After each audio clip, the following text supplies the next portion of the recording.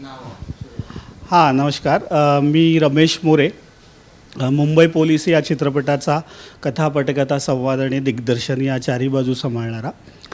मी 2007ला एक घटना घडली होती वाकोला पोलीस कॉलनीमध्ये. वाकोला पोलीस कॉलनीमध्ये एका घराचं छप्पर पडलं होतं आणि त्यात 2 जण घायल झाले होते. माझे अनेक पोलीस मित्र आहेत, माहीम पोलीस कॉलनीमध्ये राहतात आणि मी जवळून त्यांना पाहिलेलं आहे की आपण आता सर्वसाधारणपणे मी त्यांच्याबरोबरून प्रवास केलेला आहे. आपल्याला आता 2 बेडरूम किचनचा पण फ्लॅट कमी पडायला लागला आहे. तर आजही माझी ती मित्र पोलिसांमध्ये आहेत आणि ती 180 स्क्वेअर फीटमध्ये राहतात. तेव्हा मला प्रश्न पडला की आपण आपली अख्खी सिस्टीम ज्या लोकांवर पूर्ण त्यांच्या विश्वासात देऊन निर्धास्तपणे झोपतो, त्या लोकांवर आपली सिस्टीम काहीच करत नाही. तर त्या लोकांमधला जो माणूस आहे, त्या लोकांमधली जी खरी माणसांची जाणीव आहे ती लोकांपर्यंत आणली पाहिजे, ती प्रेक्षकांपर्यंत आणली पाहिजे. आणि म्हणून मी मुंबई पोलीसचं संशोधन सुरू केलं की मुंबई पोलिसाची निर्मिती कशी झाली आणि आज मुंबई पोलीसचं स्ट्रक्चरल ओव्हरऑल काय आहे आणि ओव्हरऑल स्ट्रक्चर काय आहे हे पाहत असताना या पूर्ण रिसर्चमध्ये मला आताचे जे जॉईंट CP आहेत मुंबईचे सदानंद दाते याने भरपूर सहकार्य केलं. पोलीस ट्रेनिंग सेंटरचे जे CP आहेत अरुण खोपकर, त्यांनी खूप मदत केली. त्यानंतर भाई महाडेश्वर आहेत, इन्स्पेक्टर परुळेकर साहेब आहेत. अशा अनेक लोकांनी, माझे काही काय म्हणूया पोलीस मित्र आहेत, अशा अनेक लोकांनी ही कल्पना वास्तवात आणताना मला मदत केली. खरं हा सिनेमा करायचा होता पोलिसांच्या जीवनावर, सिनेमा पोलिसांच्या जीवनावरच आहे. पण हे करत असताना आपण एका मोठ्या समस्येशी पडद्यावर आणणार आहोत, एक मोठी समस्या पडद्यावर आणणार आहे. तर ती समस्या लोकांना समस्या वाटता कामा नये, तर ती समस्या लोकांनी आपल्या घरी घेऊन जाऊन त्याच्यावर विचार केला पाहिजे. यासाठी हा चित्रपट फार एंटरटेनमेंट व्हॅल्यूने क्रिएट करायला पाहिजे. टेक्निकली हा चित्रपट खूप स्ट्रॉंग असला पाहिजे. आणि म्हणून मी रिसर्चच्या दरम्यान जर्मन बेकरी जो पुण्यामध्ये ब्लास्ट झाला होता त्या बेकरीचा एक रेफरन्स घेतला आणि आपला पूर्ण पोलीस 72 तास कसा बिझी असतो, आपली पूर्ण सिस्टीमला कसा सांभाळतो, हे या चित्रपटात मांडण्याचा एका थ्रिलिंग पॉईंटने, एका त्या पूर्ण कथेची रचना, स्क्रीन प्लेची रचना एका थ्रिलिंग एलिमेंटने सुरू करून आणि चित्रपटामध्ये या समस्येचा गोफ मी गुंफलेला आहे.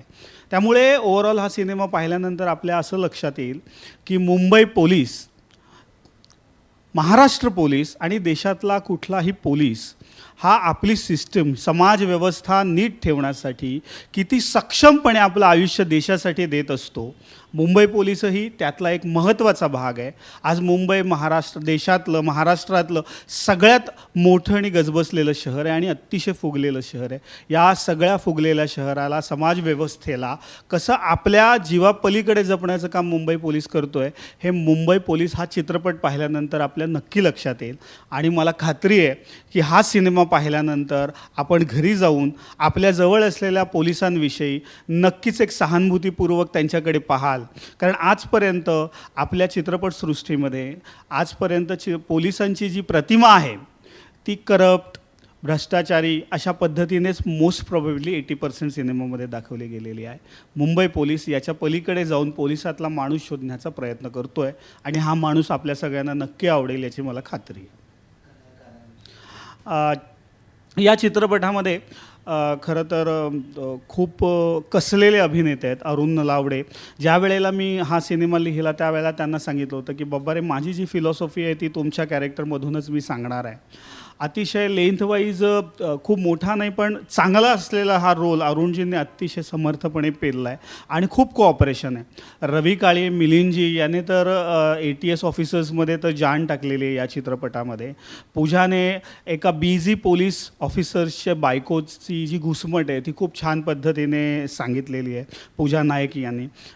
त्याच्यानंतर सुहास पळशीकरांनी फारच छान ATS चीफ या चित्रपटामध्ये रंगवलेला आहे. आणि या चित्रपटाचं एक खास वैशिष्ट्य कलावंतांच्या बाबतीमध्ये, यामध्ये जवळपास आमच्या ATS टीममधले जवळपास एक 5 ऑफिसर खरेखुरे कलावंत आहेत, खरेखुरे पोलिसातले कलावंत आहेत, जे पोलिसांच्या नाटकांमध्ये तुम्हाला दिसत असतात, राज्यनाट्य स्पर्धेत दिसत असतात. त्यांना मोठ्या पडद्यावर संधी देण्याचं काम या चित्रपटातून आम्ही केलेलं आहे आणि त्याने अतिशय अतिशय छान पद्धतीने या सिनेमामध्ये त्यांनी आपली भूमिका रंगवलेली आहे. आता या चित्रपटाचे जे निर्माते आहेत सुरेश के ग्रोवर यांनी हा चित्रपट करताना आम्हाला पूर्ण मोकळीक दिलेली आहे. कुठेही आम्हाला म्हणजे खरं तर सांगायचं म्हणजे असा निर्माता आपल्याला लाभणं ही खरं खूप चांगली गोष्ट आहे. किंवा आपण म्हणूया एका पॅशनेट दिग्दर्शकाला अशा निर्मात्याची जोड जर मिळाली तर एक उत्तम सिनेमाची नक्की निर्मिती होऊ शकते किंवा त्या दिशेने आपण नक्की पाऊल टाकू शकतो. ते काम सुरेशजी ने केलेलं आहे. सुरेश ग्रोवरांनी आम्हाला पूर्ण सहकार्य केलं. कुठल्याही पद्धतीची आडकाठी आम्हाला सिनेमा मेकिंगच्या वेळेला दिलेली नाही. जे वाटलं आम्हाला रिशूट करायचं आहे, पुन्हा करावंसं वाटलं ते करण्याची त्यांनी मुभा मला दिली आणि अतिशय चांगल्या पद्धतीने कुठल्याही प्रकारचं बंधन न करता हा चित्रपट त्यांनी मला माझ्या मनातला चित्रपट पडद्यावर साकारण्याची संधी दिली. त्याबद्दल मी सुरेशजींचे खूप खूप आभार मानतो.